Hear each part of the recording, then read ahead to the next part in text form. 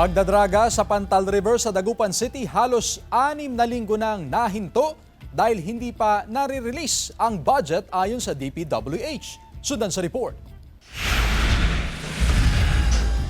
Halos 6 na linggo nang nahinto ang pagdadraga sa Pantal River sa Dagupan City. Wala pa kasing dumarating na budget para sa dredging operation sa ilog. Ayon sa Department of Public Works and Highways o DPWH, may aprobado namang pondo para sa dredging operation. Hinihintay lang sa ngayon na marilis ang pondo bago magpatuloy sa pagdadraga sa lugar. I think siguro may mga pinapasis lang sila sa ngayon na ibang... May pondo po. Opo, may pondo po tayo.